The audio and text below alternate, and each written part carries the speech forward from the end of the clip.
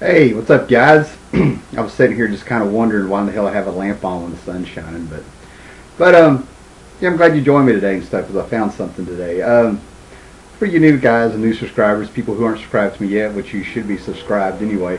You know, this is a comic book channel, and we talk about hauls, stuff we buy, comic book related stuff. Every now and then, we do kind of a comic book review, and I'll pick out old stuff.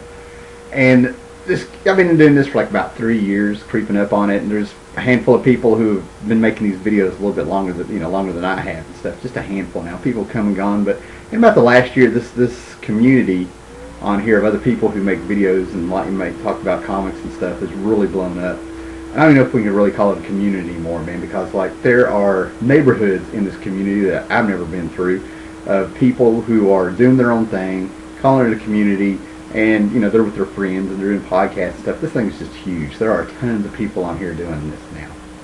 But what a lot of people don't realize is there's a bit more of a history to this, to what we're doing here. It goes back decades. Way back in the day, a bunch of us guys would have great big huge cameras that you put VHS tape in, and you could record what your hauls and stuff back then. We didn't even have the words for half the stuff I'm saying now. And we would mail them to each other, man. It was a really cool underground kind of thing and stuff. And I know it started mostly in the States, and over the years I met a few of the people, but eventually it spread out to parts of Canada, and I got told it was over in Great Britain, and then I heard parts unknown. The tapes just took a life of their own and floating around, and it was a cool thing, very cool thing. And then it kind of died down, and then YouTube came along.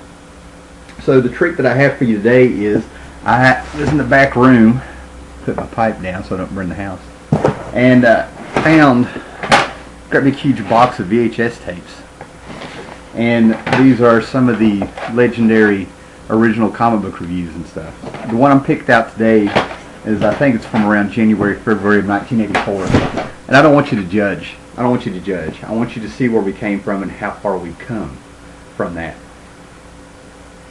So I've been able to get on a YouTube video, put the VHS tape down to the computer, and upload it to YouTube, just for a little bit of a historical value there. So enjoy. Yeah, look it up. That's right. What's up out there, guys? Yeah, it's been a while since I sent y'all out a tape, man, but it's been kind of busy and stuff, man. First thing I want to say, man, is I got some cool stuff, but not as much as I usually do, because I had to pay. Still got a deal on these, man. Got 2 VHS tapes off this guy that was selling them out of his trunk of his car down by the river, man. It was actually pretty cool, man. These retail for like about $180 bucks, and I got them for 80 a piece, man. I got E.T. and I got Fire and Ice, man. I was about ready to just, it was just fucking bitching. I got this, man. It was awesome. And but this right here, I'm going to take this down to Woody's Home Video. That dude has to buy these things for over $200 a pop because he rents them, and I figure I'll sell this for like about $100 bucks to him if they'll take it and get half my money back, man. But it was so worth it to get this, man. This is going to be a classic. We'll be talking about Fire and Ice for years, man. For you guys that don't know, man, this is like Ralph Bakshi did Fritz the Cat, and coming together with Frank Frazetta, that guy who draws all those totally bitchin' covers for the Conan books. Just awesome. So glad to find those, man. So the other night, we were, me and my buddies over there, we were going to go play some D&D, man, and I was all ready to go, and they were taking us to this new guy's house. Never knew him. We went back in a place called Shorts Gap, way back out on a little dirt road, and it turned into a gravel road, and all of a sudden, man, the dude lives like in a mansion, man. He's like this rich kid, but he's alright. He's pretty cool, man.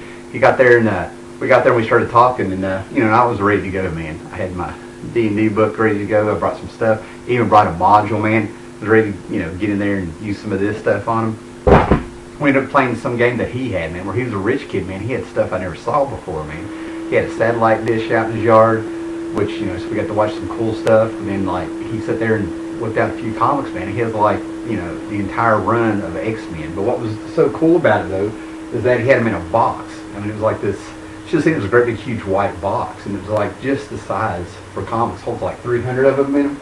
And he gave me these. I couldn't believe this. Now, this might blow your mind. I've heard of these. I didn't know they were around and stuff. They're called comic book bags, man. It's a sheet of plastic with a piece of cardboard in it. And he said this is like acid free or something. It helps with the keeps your comics from aging, man. He gave me a couple. I was just like blown away. I didn't know these were out there. That was kind of cool, man. So anyway, we get out there and we don't end up playing D&D, man. He's got some game I never heard of, which I kind of watched. I didn't really play too much, but it's called Robotech, and I'd never heard of this. And apparently this thing is big in Japan or something. He had some stuff, man. He had some VHS tapes of Japanese cartoons and stuff. We ended up staying the whole weekend. And the guy was all right, I mean, don't get me wrong, but he looked like a giant baby with a bowl cut. And I told him he needs to get that shit feathered, try to help him out, man. But so we played this game Robotech, and kind of watched him, and it's like he had like this table that had a map on it, and the map had like showed where like lakes were and mountains were, and they're great big huge. You're inside of a huge gigantic robot that's like 50 stories tall, and you would roll for damage and all that stuff. See who was attacking who, and you're shooting torpedoes and stuff at them, and coming in actually clocking them and stuff because they're like human shaped. And you would roll and it would tell you what part of their body got damaged and stuff. It was actually pretty cool, man. I was really impressed. I wasn't, I was all right not playing D&D after that. But after that, man, we got on a satellite. And, I've never saw one of these, and I actually got to watch some MTV. And what is wild is they were rerunning where kids took off their makeup. And after hearing them talk about it, I'm all right with it now. I'm all right with it. Still convinced they'll go back to it one day, and they'll get Ace and Peter back, but, kids are still kicking.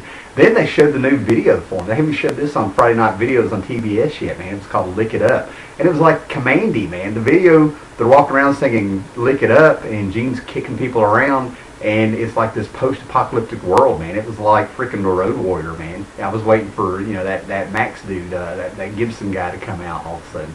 It was really cool, man. They had food and little squeeze. I don't know what you call it, man. Looked like the stuff our ketchup comes in, man. They squeezed it and they were licking it up, man. It was all right. That little worm, though, Vinnie Vincent, should have kept the makeup on, man. That is one ugly dude, man. I know why he got to use it. So anyway, we were sitting around talking and stuff, and the guy started telling me stuff that I don't know to believe or not. He sat there and said that the little kid that played the Beaver on Leave It to Beaver went to Nam and died. And he hasn't been in any movies or TV, so I didn't know to believe him or not. Then he told me something that I just cannot believe. I can't bring myself to believe it. He said that that little kid who was in those Life commercials, Mikey, said that the kid had died. He would try anything, and some of his friends got him, told him to have Pop Rocks with Pepsi or Coke or something, right? And that's the one I can't believe, man. So for your enjoyment, I have got Pop Rocks and I've got Coke. Get my lighter out. We're going to pop the top on this, and I'm going to try this. The whole thing they're saying is that your stomach will explode. All the carbonation, that thing popping and stuff. So I'm a little nervous. You might actually see me die on film here, but that's all right, man. So lighter. I don't have a can opener anywhere, man. We partied the other night. Let's see if I can do this. Oh, look at that. Look at that. Oh, you didn't see it. I should have raised it up, man. I'm not used to the camera. So you got our Coke. Curvy knife. Love this thing. Let's open the Pop Rocks. I don't know about this. Alright. Let's see what happens. Let's try it.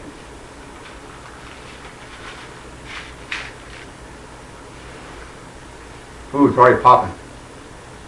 I wonder if you can hear it.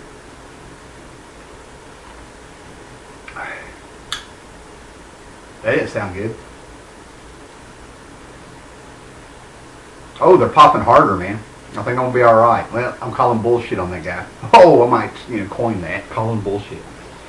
Alright, guys. Took the curvy knife. We don't want to hurt anybody. Alright, so I showed you the VHS tapes, man. So that's where most of my money went. Went out and got me a couple records, man. You need to check out the B-52s, man. I saw them on Saturday Night Live when I was a kid, man. It was alright. So they're alright. I haven't listened to these yet. Gotta get my record player out on and get some needles for it. And then I got this, man. Eddie and the Cruisers, man. It's just if you haven't seen this movie, man, you need to go see it, man. It is rock and roll. And I can't believe I got this, man. He uses keyboards. Keyboards, man. I really hope that's not the way of the future. Devo is alright using keyboards.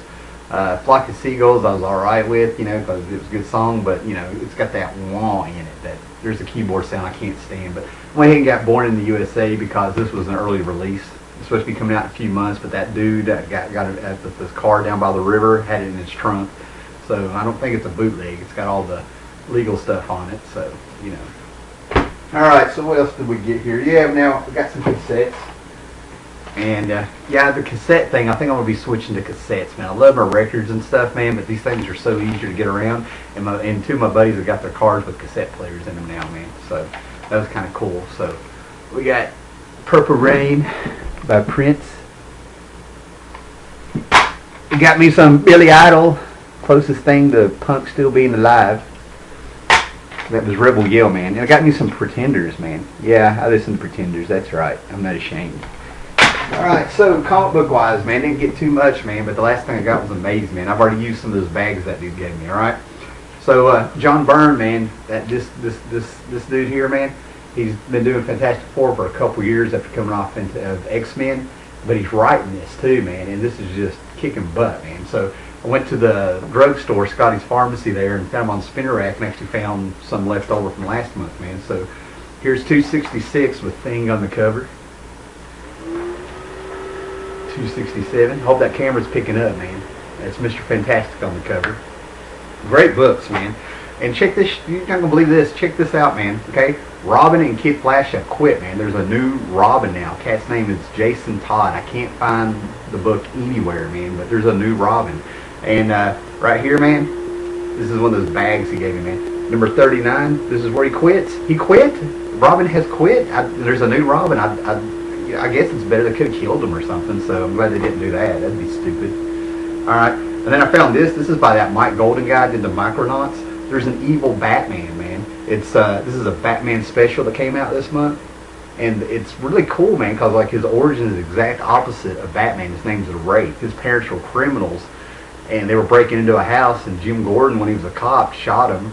And he grew up at the exact same time that Bruce Wayne was getting mugged, you know, and his family was getting mugged, and Joe Chill shot his family, so they were kind of both born at the same time, one was a hero and a villain.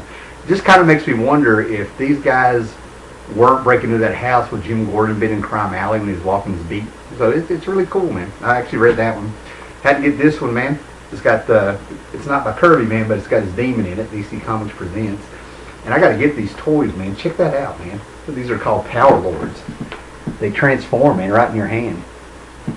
So I'll be hitting Kmart to see if I can find some of those, man. And this was kind of cool. I got to get my thing here, man, but this is the Great Gil Kane and Marv Wolfman. They're bringing back some old heroes from the 60s, man, like Cade Carson and some guy named Animal Man or something. It doesn't really roll off your tongue very well, does it? But this is really cool, man. I flipped through it, man. It's got a guy named Vandal Savage who's like an immortal caveman. It's really cool.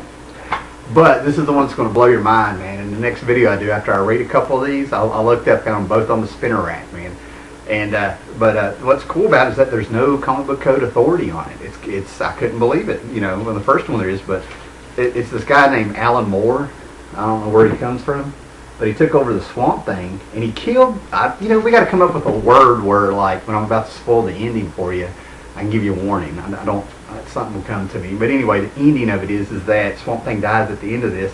But in the next issue, there's no. It turns into like a completely different kind of animal, man. I've never read anything like this, man. This is sophisticated.